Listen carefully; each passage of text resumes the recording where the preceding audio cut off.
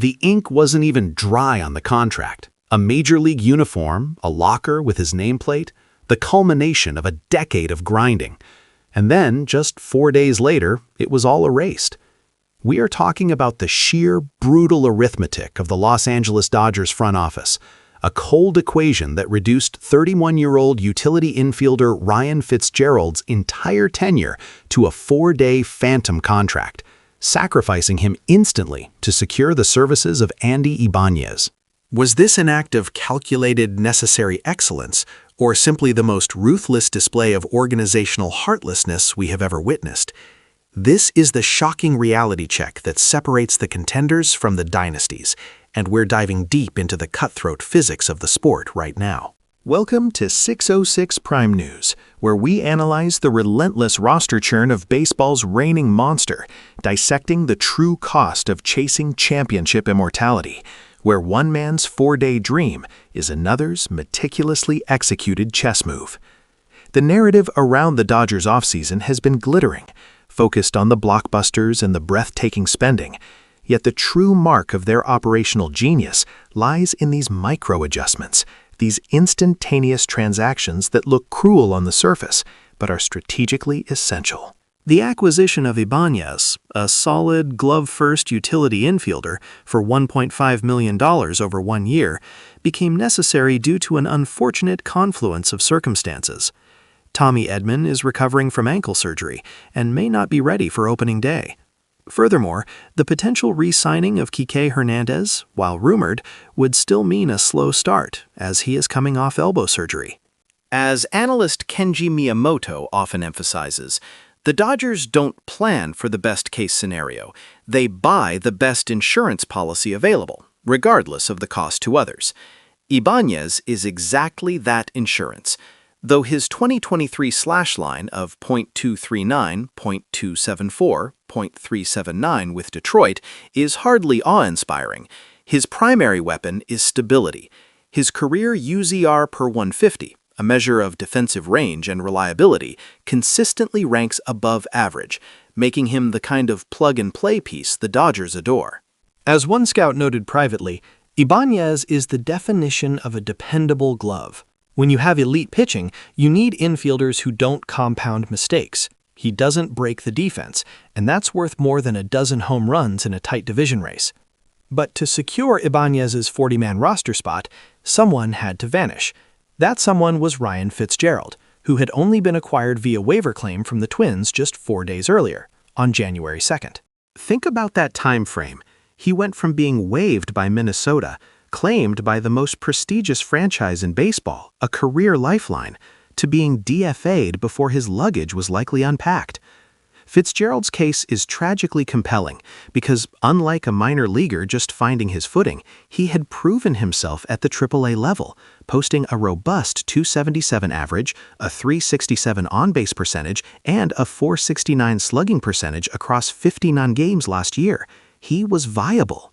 He was a piece other organizations would happily keep on the 40-man roster.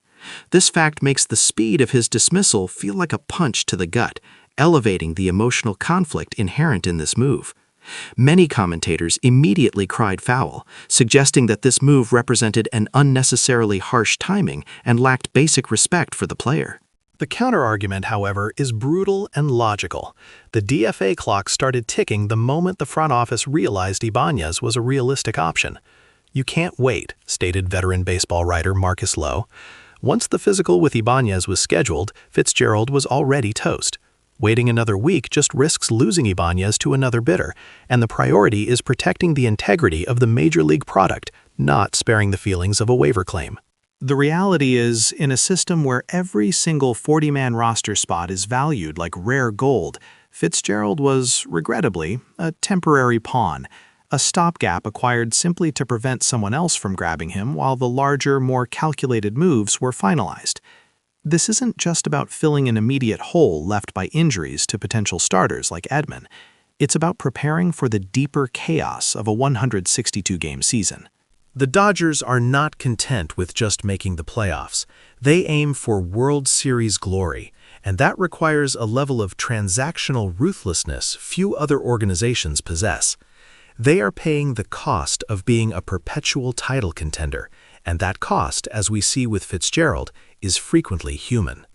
The ultimate drama, the true climax of this roster churn, lies in the fact that this move, this brutal culling of a 4-day Dodger, is merely a prelude.